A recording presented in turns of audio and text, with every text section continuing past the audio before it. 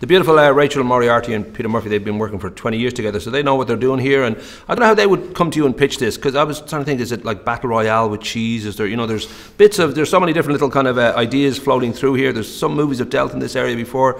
Were there certain things that grabbed you straight away about this? I mean, I just loved it's an easy thing to say, Paul, I guess, but I really loved the fundamental concept. And I did find it very compelling and gripping.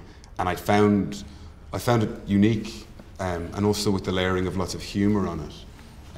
Well, you're quite violent, so that would have, you would have been drawn in by that. Well, too. Naturally, of course. Yeah. It's just, it's just expressing my natural hobbies and interests. But yeah, and it was a very easy sell, to be honest. When I read the script, I just thought it was so strong, and I met Peter and Rachael, and we did a bit of a read and stuff, and I liked their sort of approach to it. I just thought I liked the fact that the film seems to lack too strong a sort of moral or ethical judgment upon the activities. It's more just, this is a story, this is what happens, and it's a very rapid, pacey 90 minutes. Not in a similar way, not maybe to the last film we talked about before, which was 71. And it doesn't mind the emotional territory to too great a degree, which I liked personally. Well, John, you're from Manchester, so you would have related to this in some ways. There's lots of kind of similarities, and I'm sure growing up in poverty and violence. Yeah, and just that sort of man eats man kind of. But were there certain things that grabbed you? Because Vernon's obviously a kind of befuddled, character, and you kind of get a bit of that Cliff Clavin about him and all that. He means well, but he's probably not destined to be the hero at the end. But what would have grabbed you? Mainly what grabbed me was the fact that throughout the course of the film, your loyalties change so much between Harry and Vernon.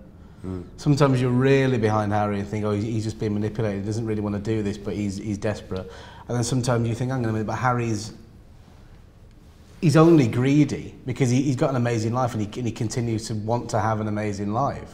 And not everybody has an amazing life, so why can't he just move into a smaller flat and get accept a more normal existence? Accept a more normal existence. So, and the thing with Vernon is, you think, and I think it's because I've spoken about this before, but the conventions of cinema are that you're supposed to empathise more with the guy who looks like he's going to be the downtrodden one.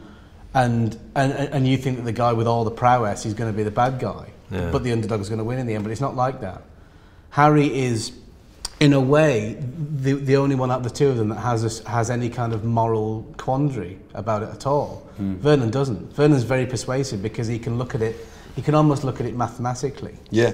He doesn't see them as people dying. He sees them as, well, it's their own fault, they wanted to do. Willing adults. Yeah. But for those watching this now too lazy to check out exactly what Trader's plot is, I mean, the idea of it's sort of like a Tinder where you go and find somebody who's basically willing to put up a certain amount of money to fight to the death in a one-on-one, and whoever wins walks away with the money. And I don't know, that idea of iconicide that they refer to in the movie, I don't know if there was any kind of research needed to be done, or any kind of, because of that idea that people get so far in debt and so far kind of down a bad path that they consider the only way out is either death, or if this was an option, to go and be a gladiator for an hour and try to walk away with money. Was there any kind of reality to it? Do you think there's stuff out there? I do. I think sorry, do you mean in the idea? Yeah, just of that idea, the kind of I side. thought it was very plausible, personally. I think they are genuine statistics, actually. Right. I think they are. Oh, the iconicide one is for real. It's for real, yeah. But it also makes excellent logic, Yeah. Sorry, that concept. Right. And I found the activities in the film very plausible, personally. I don't know if it says something about me, though.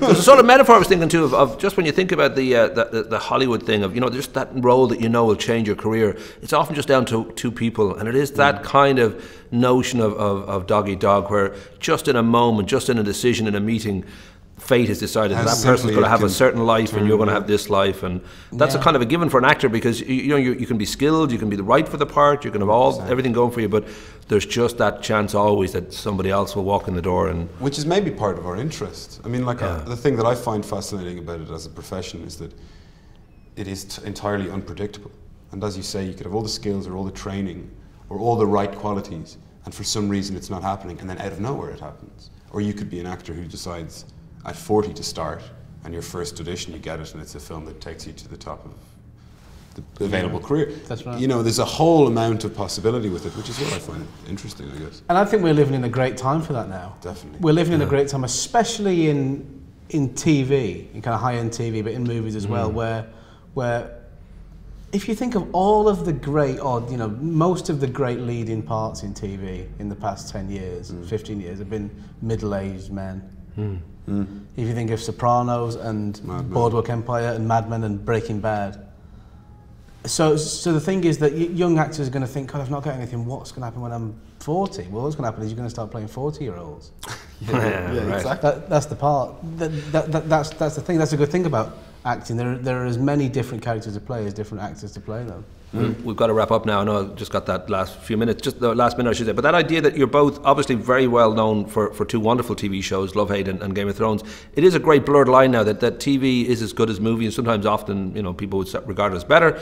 But I don't know if that's sort of something that you're very comfortable with, that you've got these huge shows that are sort of loved, and the average Joe Six-Pack in the street will shout out that particular show to you. I mean, obviously you have a huge plus in a career, but there's a part of it where I think, I hope I don't end up that's the only thing, because you've got a lot of good stuff going on, but that's I don't worry about that too much myself, in terms of, like we've said it already, and this isn't just a soundbite, but I do think it is, those things are acts of admiration. And you know, if you're lucky enough as an actor to get a job that has that kind of resonance, look, even if you play, you know, if you win awards on Broadway for playing Hamlet, or you win Oscars, if in 30 years people are still saying Tommy or whatever, or Love, Hate references, that's totally fair enough. I feel personally, you know. And the question kind of boils down to is what people do acting for, and it boils down to what people do art for. Is it because you get a satisfaction from it, or you want other people to be satisfied by it? I think so. I think some people, the real actors, wouldn't mind spending their whole life doing plays above pubs in Camden, because that is satisfying their own. They're satisfying their own need to do it, and it's the same way that you get musicians who you think are great musicians, like great concert pianists, but the great musicians, the virtuoso musicians, just study all their lives. They never perform it. Right. So it's just all about being known is one thing, but I think some people are just happy with a job well done. You know. Roll. I've been given the friendly finger. Lovely to talk to both of you, man. Thank you so much. Cheers, kids. Yeah. Thanks, Paul. Well, as I said, it's a great idea, you know, and I just sort of feel myself, where's this going to end up? Yeah, I like the